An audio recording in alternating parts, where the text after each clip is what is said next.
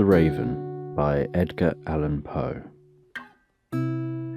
Once upon a midnight dreary, while I pondered, weak and weary, over many a quaint and curious volume of forgotten lore, while I nodded, nearly napping, suddenly there came a tapping, as of someone gently rapping at my chamber door. "'Tis some visitor," I muttered, tapping at my chamber door. "Only this, and nothing more." Ah, distinctly I remember, it was in the bleak December, and each separate dying ember wrought its ghost upon the floor. Eagerly I wished the morrow. Vainly I had sought to borrow from my books surcease of sorrow, sorrow for the lost Lenore, for the rare and radiant maiden whom the angels name Lenore, nameless here for evermore. And the silken, sad, uncertain rustling of each purple curtain thrilled me, filled me with fantastic terrors never felt before, so that now, to still the beating of my heart, I stood repeating, "'Tis some visitor entreating entrance at my chamber door, some late visitor entreating entrance at my chamber door. This is it, and nothing more."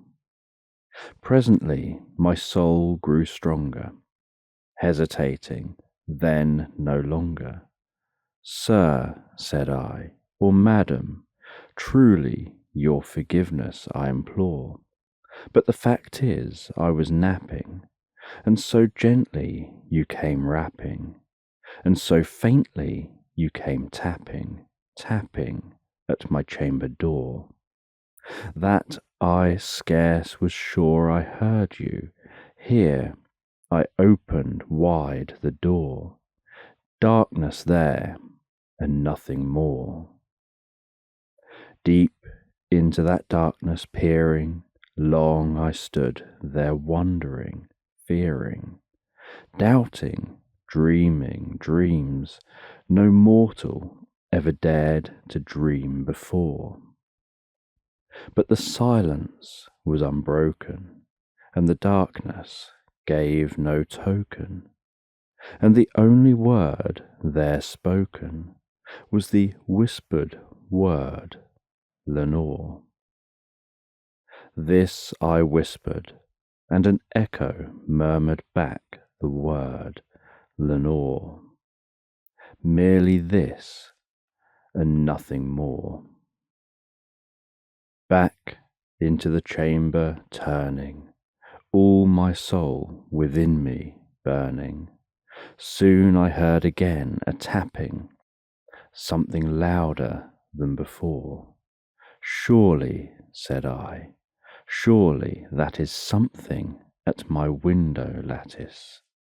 Let me see, then, what thereat is, and this mystery explore.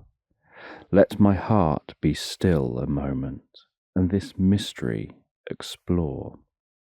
'Tis the wind and nothing more."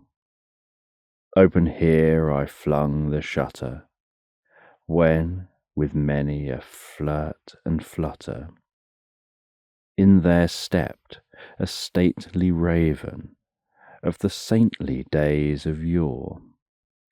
Not the least obeisance made he, not an instant stopped or stayed he, but with mine of lord or lady perched above my chamber door, perched upon a bust of Pallas just above my chamber door, perched and sat, and nothing more. Then this ebony bird beguiling my sad fancy into smiling, by the grave and stern decorum of the countenance it wore.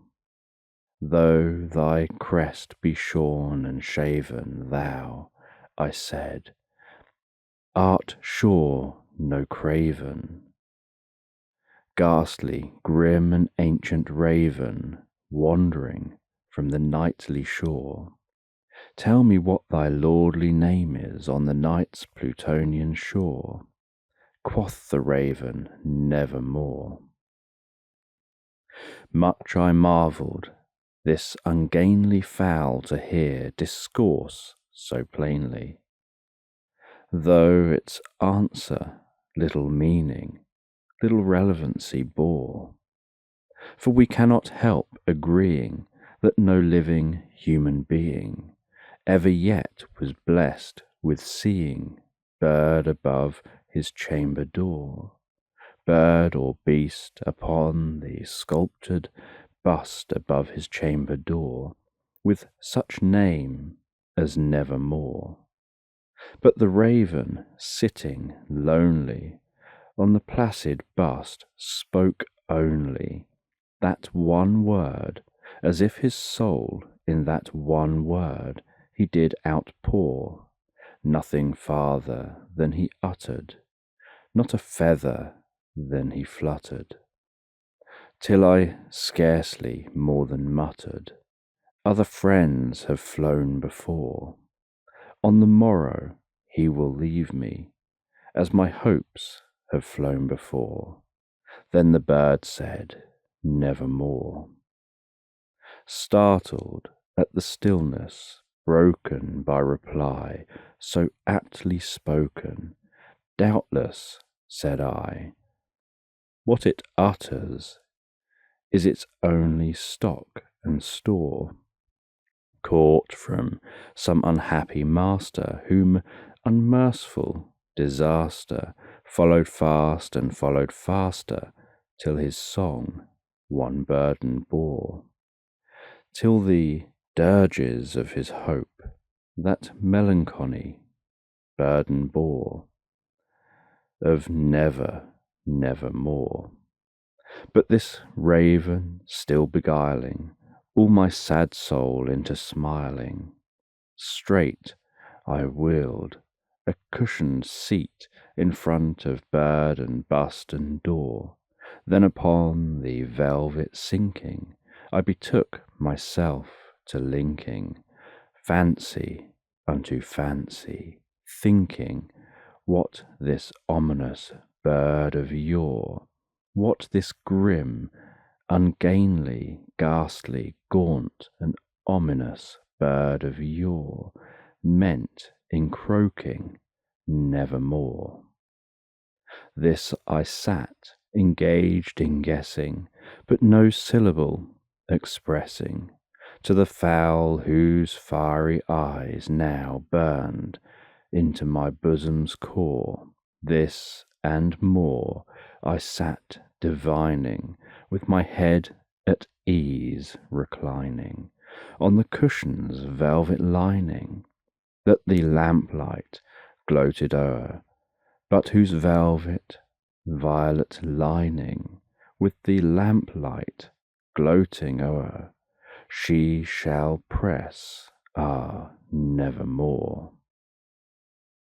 Then methought the air grew denser, perfumed from an unseen censer, swung by angels whose faint footfalls tinkled on the turfed floor. Wretch, I cried, thy God hath lent thee, by these angels he hath sent thee respite, respite, a nepenthe from thy memories of Lenore. Quaff, oh quaff this kind nepenthe, and forget this lost Lenore. Quoth the raven, nevermore. Prophet, said I, thing of evil, prophet still if bird or devil, whether tempter sent or whether tempest tossed thee here ashore, desolate, yet all undaunted, on this desert land enchanted, on this home by horror haunted, tell me truly, I implore, is there balm in Gilead? Tell me, I implore. Quoth the raven, nevermore. Prophet, said I, thing of evil, prophet still, if bird or devil, by that heaven that bends above us, by that God we both adore, tell this soul with sorrow laden if, within the distant Aidenn, if shall clasp a sainted maiden, whom the angels name Lenore, clasp a rare and radiant maiden, whom the angels name Lenore. Quoth the raven, nevermore. Be that word our sign of parting, bird or fiend, I shrieked, upstarting.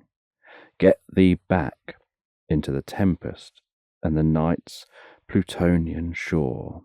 Leave no black plume as a token of that lie thy soul hath spoken. Leave my loneliness unbroken. Quit the bust above my door. Take thy beak from out my heart, and take thy form from off my door. Quoth the raven, nevermore. And the raven, never flitting, still is sitting, still is sitting, on the pallid bust of Pallas, just above my chamber door, and his eyes have all the seeming of a demon's that is dreaming, and the lamplight o'er him streaming throws his shadow on the floor, and my soul, from out that shadow that lies floating on the floor, shall be lifted nevermore.